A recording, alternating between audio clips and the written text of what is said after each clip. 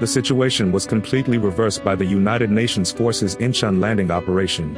Kim Il-sung, who was in a critical situation, asked Mao Zedong of China and Stalin of the Soviet Union for military support. In response, Stalin asked Mao Zedong to send in Chinese troops. On the other hand, he called on Kim Il-sung to completely retreat from the North Korean government and recommended that it leave. Even in such circumstances, the United Nations forces continued to advance north, and Pyongyang eventually fell. The North Korean leadership fell into chaos, and defeat became even more likely.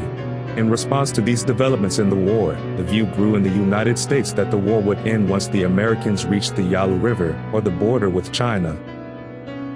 Their attention had already shifted to the question of how to govern the Korean peninsula after the war. Douglas MacArthur ordered all troops to advance to the border at maximum speed. He urges the United Nations forces to advance north. Thus, the United Nations forces advanced deep into North Korean territory. Some units began to reach areas approaching the Yalu River. In response to this situation, serious discussions began in China about how to provide military support to North Korea. A meeting was held within the Communist Party to consider this issue. Mao Zedong insisted that troops should be sent. However, many participants were opposed to this. They could not come to any conclusions. The opposing views were as follows. China's top priority right now is economic recovery. War can have a negative impact on foreign trade.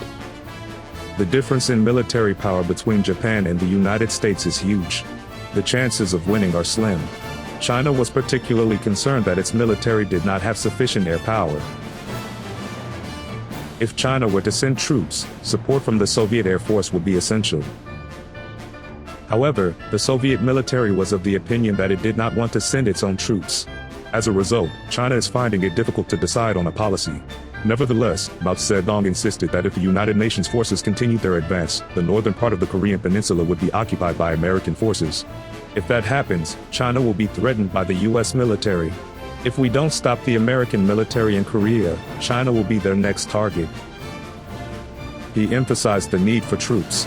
In this situation, China succeeded in making the following promises with the Soviet Union. The Soviet Union did not send troops to North Korea. However, the Soviet Air Force would cooperate in the defense of northeastern China. Thus, Mao Zedong's argument was finally accepted.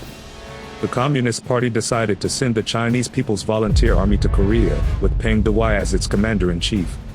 They crossed the Yalu River and entered the Korean War. Through these events, the Korean War effectively turned into a battle between the United States and China.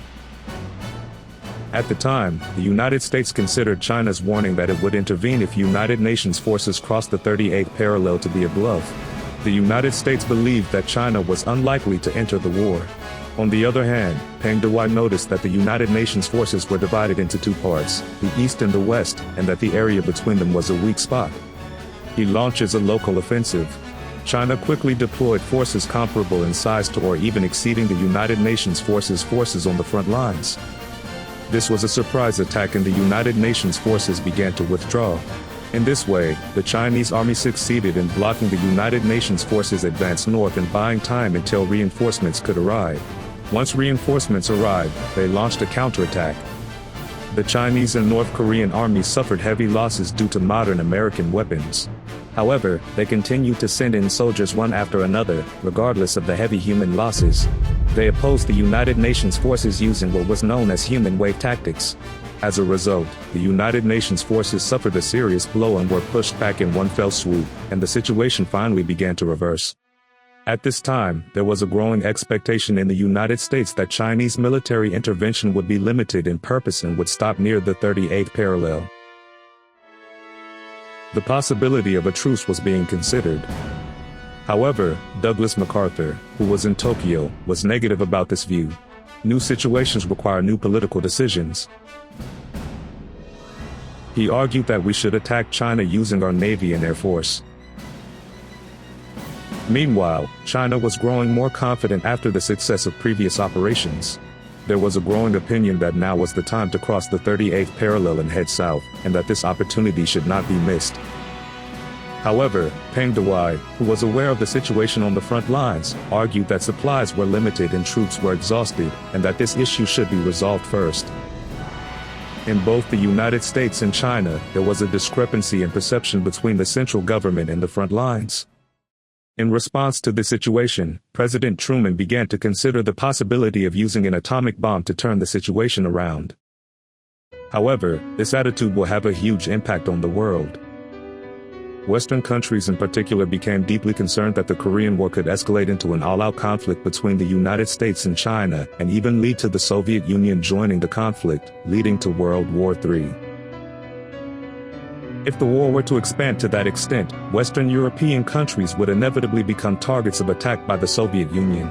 This sense of crisis prompted British Clement Attlee to make an emergency visit to Washington to strongly urge the United States to guarantee that the atomic bomb would not be used. Truman responded by verbally assuring us that the atomic bomb would not be used. However, the question of whether or not to use the atomic bomb continued to be repeatedly considered within the U.S. government.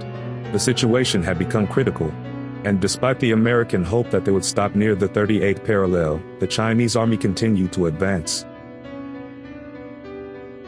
They eventually crossed the 38th parallel and occupied Seoul. The American forces were temporarily weakened by the Chinese pushback. However, the Chinese military was inferior to the Americans in terms of firepower and air power, so they were unable to achieve a decisive victory. Furthermore, the extension of Chinese supply lines caused delays in the delivery of new troops. The American forces then gradually regained their confidence and began to counterattack. From this point on, the front lines became stagnant, with repeated advances and retreats around the 38th parallel. At this point, President Truman changed the objective of the war to restoring the 38th parallel. At the same time, he declared a national emergency. This declaration of a national emergency had great significance in post-war America. In the post-war U.S. Congress, there was a strong opinion that military spending on conventional forces should be reduced because of the existence of nuclear weapons. In this atmosphere, President Truman postponed approval of the military expansion budget. However, the declaration of a state of emergency following the Korean War dramatically eased congressional opposition to military spending. As a result, the United States reversed its policy of drastic reductions in conventional forces that it had pursued since the end of the war and once again embarked on increasing its military strength. As a result, military strength was roughly doubled from the time the Korean War began. The proportion of the federal budget devoted to military spending has jumped to around 60% from levels immediately after World War II. The United States took advantage of the Korean War to dramatically strengthen its military power. They significantly improved their ability to respond to the Cold War. And America would actually reclaim the 38th parallel. However, President Truman was wary of crossing the 38th parallel again. He had a strong memory of the Chinese army joining the war once the United Nations forces crossed the 38th parallel. Therefore, if United Nations forces next cross the 38th parallel, the Soviet Union might join the war. If that happens, there is a risk that it will develop into World War III. Such anxieties began to cross his mind. Based on this assessment of the situation, Truman argued that since the 38th parallel had been restored, the United Nations forces had accomplished their mission. Further advance north risks becoming bogged down. Here he began to move towards ending the war. However, Douglas MacArthur still maintained an extremely positive stance toward the war. To break the deadlock in the war, he advocated bombing northeastern China in an invasion of the mainland by the Kuomintang army from Taiwan. He even went so far as to advocate the use of the atomic bomb. These claims were in stark opposition to President Truman's policy of avoiding an escalation of the war. In response to this situation, President Truman suddenly relieved Douglas MacArthur of his command. From here, the United States began the path toward a ceasefire, with the goal of bringing China to the negotiating table. It was not just the United States that wanted a ceasefire, the Soviet Union did too. The Soviet Union then contacted the United States through Malik, the Soviet representative on the United Nations Security Council, and proposed a ceasefire. Naturally, the United States also took a positive stance on this, and China and North Korea also responded. Thus began the first armistice negotiations. However, Mao Zedong was wary that the United Nations forces might launch a large-scale attack while ceasefire negotiations were underway.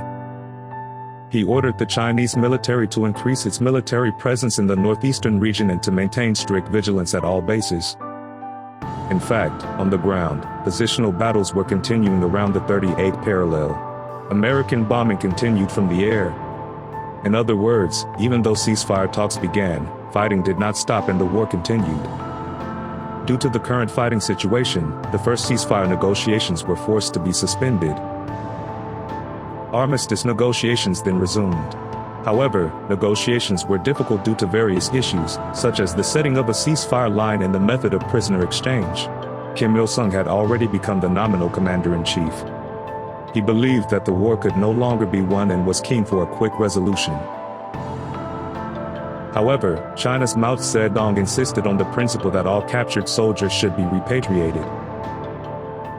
He refused to change his policy of continuing the war if this could not be achieved. Furthermore, Stalin of the Soviet Union, who was behind the move, sympathized with North Korea. Stalin felt obligated to China for joining the war on behalf of the Soviet Union, and was forced to support China. However, if the war continued and North Korea continued to suffer damage, the Soviet Union's burden for North Korea's post-war reconstruction would increase. Stalin was thus caught in the middle.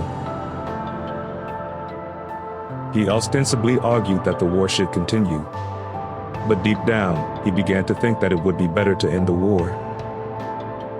After 2 years of negotiations, on July 27, 1953, an armistice was finally signed at Panmunjom. As a result of the Korean War, most of North and South Korea became battlefields.